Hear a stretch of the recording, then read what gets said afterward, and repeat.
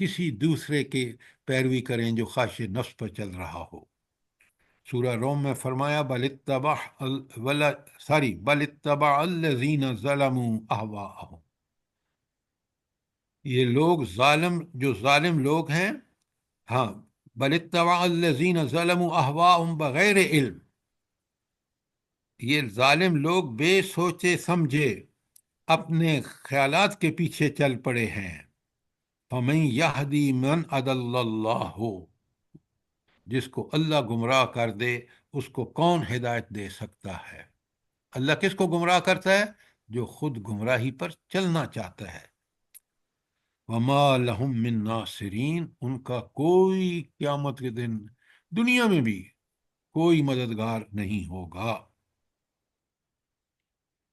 اس کے بعد فرمایا، سورہ محمد کی آیت 16 پڑھ رہا ہوں، بسم اللہ الرحمن الرحیم، وَمِنْهُم مَّن يَسْتَمِعُ إِلَيْكَ، اور ان میں سے کچھ لوگ ہیں جو آپ کی بات کان لگا کر سنتے ہیں، اذا خرجوا من عندک، جب آپ کے پاس سے نکلتے ہیں، قالوا للذین اوتوا العلم، تو پھر یہ لوگ ان لوگوں سے جنہیں علم کی نعمت نہیں بخشی گئی کیا کہتے ہیں؟ ماذا قال آنفا، کیا کہتے ہیں؟ پوچھتے ہیں کہ ابھی ابھی انہوں نے کیا کہا۔ یعنی منافقین کی بات ہو رہی ہے کہ سنتے بڑے کان لگا کے ہیں، لیکن جب دوسروں لوگوں کے پاس جاتے ہیں جنہوں نے نہیں سنا تو ان سے کہتے ہیں بھئی ان صاحب نے ابھی ابھی کیا کہا ہے۔ اولئک الذین طبع اللہ علی قلوبہم، اللہ نے ان کے دلوں پر مہر لگا دی۔ تو جتنے کان لگا کر سنتے ہیں اس کو سمجھ کر اس پر عمل نہیں کرتے بلکہ اس کا باہر جا کے مذاق اڑاتے ہیں، اولئک الذین طبع اللہ علی قلوبہم، اللہ تعالیٰ نے ان کے دلوں پر مہر لگا دی، واتبعوا اہواءہم، اور انہوں نے اپنی خواہش نفس کی پیروی کی۔ اگر وہ بات سن کے سمجھتے اس پر عمل کرتے تو پھر خواہش نفس پر نہ چلتے اور اللہ کے راستے پر چلنے والے بن جاتے۔ سر جی یہ قرآن کو ہمارے ہینڈ آؤٹ میں نہیں ہے یہ آیت؟ اچھا لکھ لیں، سورہ محمد کی 16، جزاک اللہ۔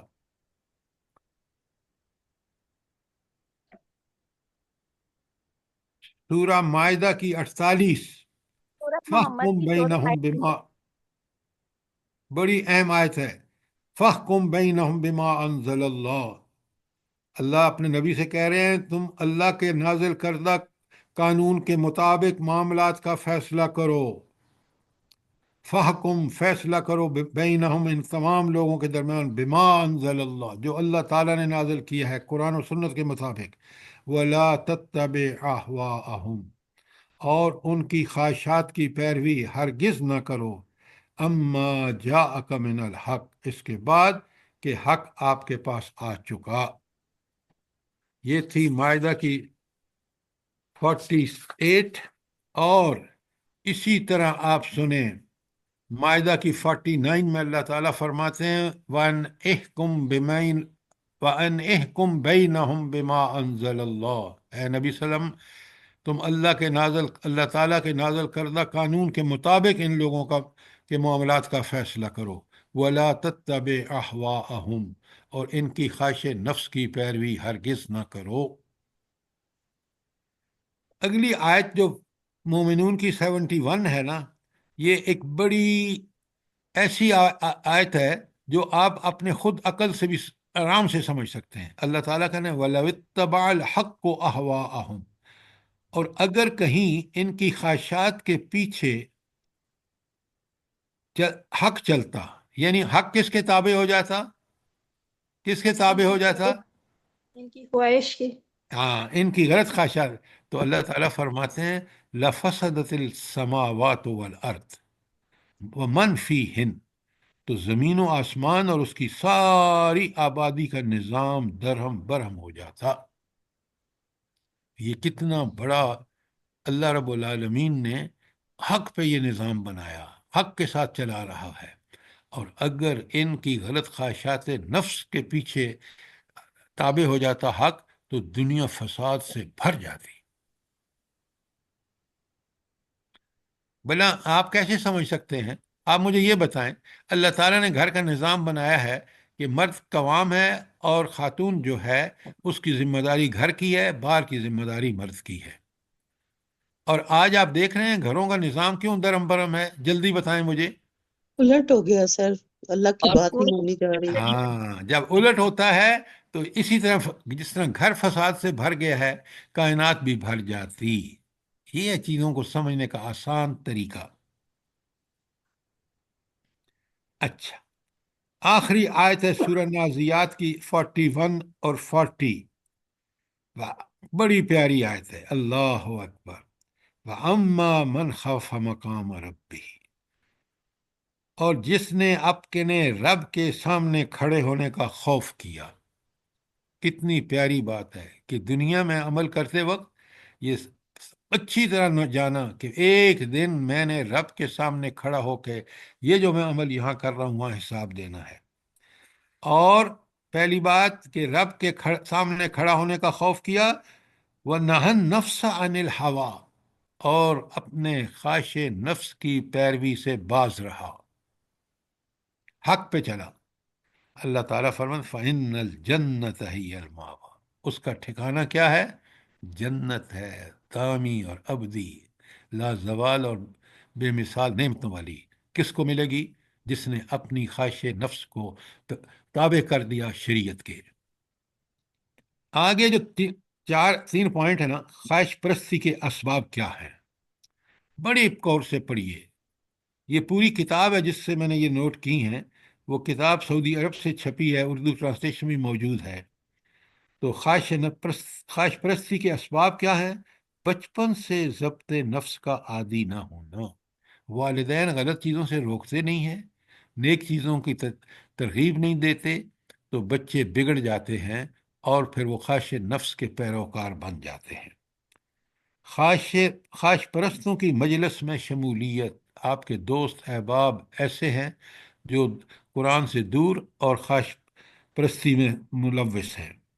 معرفت سر جی الہی میں کمزوری، تیسرا نقطہ بڑا سر جی اہم۔ یہ پہلے والے پوائنٹ کو تھوڑا سا پلیز کلیئر کریں، مطلب زیادہ اچھا سا سمجھا دیں، یہ جو بچپن سے ضبط نفس کا عادی نہ ہونا۔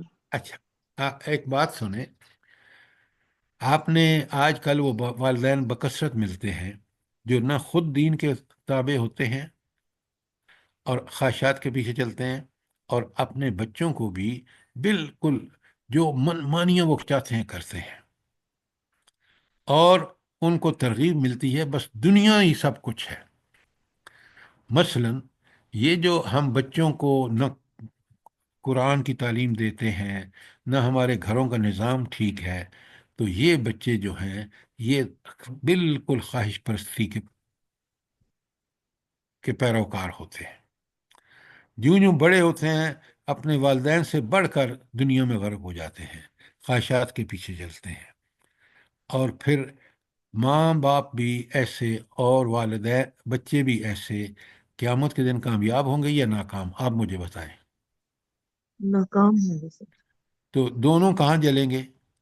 جہنم کی آگ جہنم میں۔ میں۔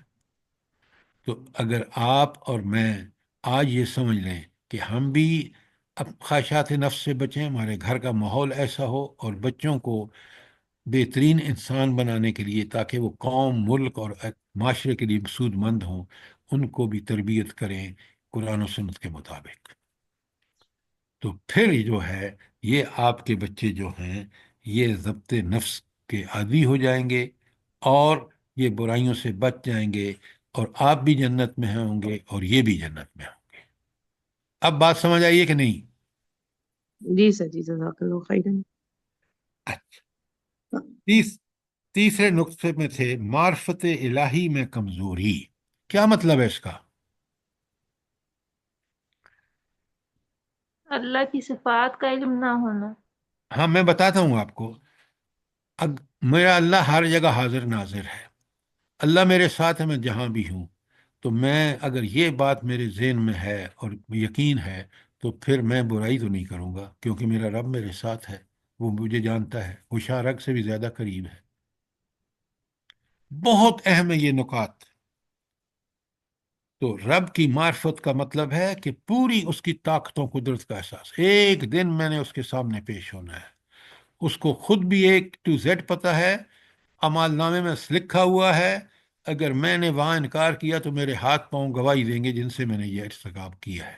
اب بتائیں، بچ سکتا ہے آدمی؟ نہیں۔ یہ ہے معرفت۔ آخرت سے غفلت، وہ جو میں نے آپ کو بتایا کہ آخرت کا یقین وہ نہ ہو تو دنیا میں پھر انسان مفاد بڑے، اگر دوپہر نوکری، دن میں مزدوری کی، شام میں تنخواہ مل گئی، مہینے کے بعد تنخواہ مل گئی، اور جب چاہا آپ دیکھ رہے ہیں کہ جس طرح حکومت پاکستان نے تنخواہیں بڑھائی ہیں ججوں کی اور بیوروکریٹس کی اور اپنی، تو یہ پھر دنیا میں انسان یہی کچھ کرتا ہے۔ خواہش کی تکمیل میں دوسروں کے حقوق ادا نہ کرنا بڑی بات ہے، بڑی بات ہے۔ دنیا کی محبت اور اس میں رغبت، مباحات کے اصول میں سبقت اور خواہش پرستی کے انجام سے لا علمی، یہ ساری چیزیں جو ہیں ان کا لب لباب یہ ہے کہ دنیا میں غرق اور آخرت سے بے خبر۔ اگر دنیا میں ہمیں پتہ ہو کہ یہ امتحان ہے، یہ اس میں مجھے وہی کرنا ہے جو قرآن اور سنت نے بتایا ہے، یہی مجھے آخرت میں جنت دے گی، تو میں ٹھیک ہوں گا۔ اور اگر میں نے دنیا ہی کو سب کچھ سمجھا کہ مال ملے گا تو میں سارے معاملات اپنے حل کر لوں گا، آج تک مال نے کسی کو موت سے نہیں بچایا۔ مال نے، آپ دیکھ لیں ملک میں مالدار تو کتنے لوگ ہیں، لیکن کیونکہ عدل قائم نہیں ہے، انصاف نہیں ہے، تو ملک کس طرح اذیتوں میں مبتلا ہے۔ یہ تھا خواہش پرستی، اور اب نقصانات آپ کے بالکل سامنے بتانے، آخرت کی تباہ کاریاں، آخرت میں جہنم، گمراہی میں مبتلا۔ سر جی ایک سوال۔ سات جی نمبر کا سر وضاحت جی کر دیں۔ سر جی وہ یہ دعا ہم کر سکتے ہیں کہ یا اللہ تو مجھے دنیا سے بے رغبتی اور آخرت کی رغبت عطا فرما دے۔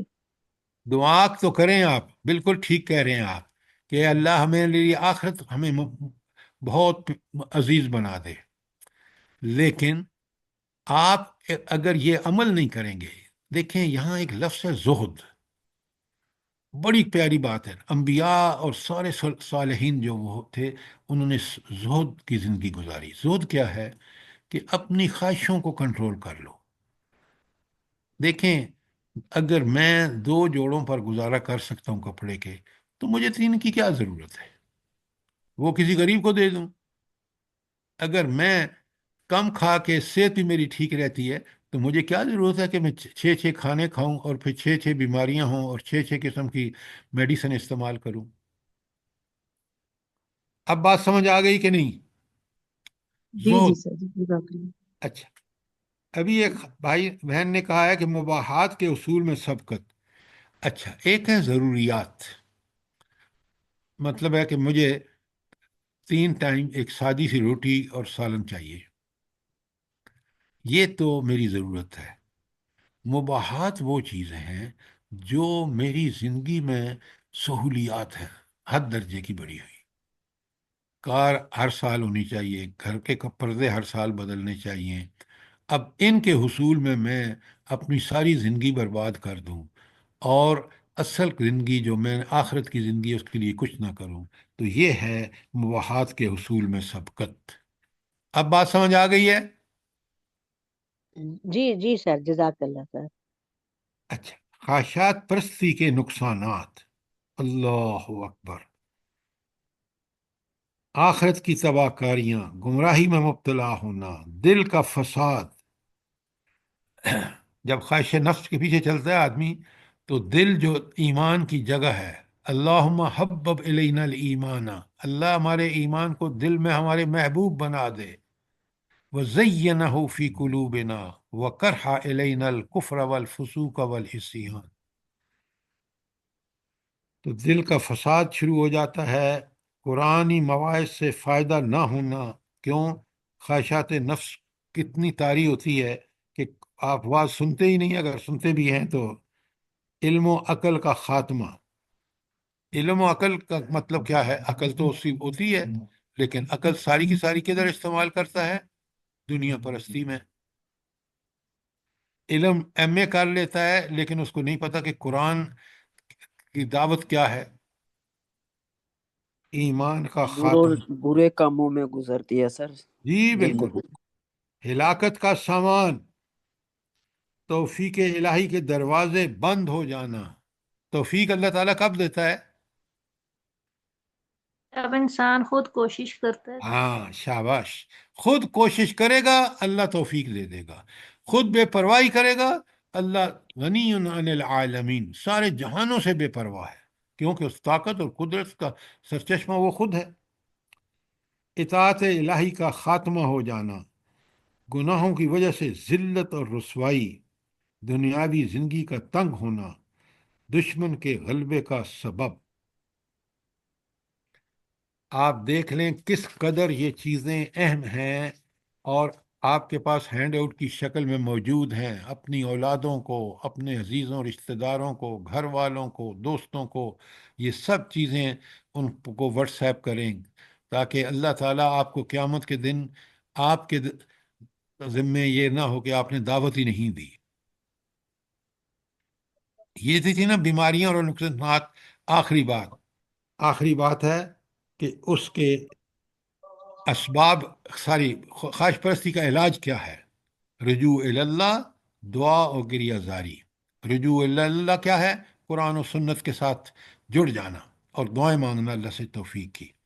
شعوری مطالعہ قرآن کا، صفات الہی کا فہم حاصل کرنا، دنیا کی حقیقت کو سمجھنا کہ عارضی ہے، آخرت کا یقین حاصل کرنا کہ یقینی ہے وہ، اور خواہش پرستی کے فوائد و نقصانات کو قرآن و سنت کی روشنی میں سمجھنا،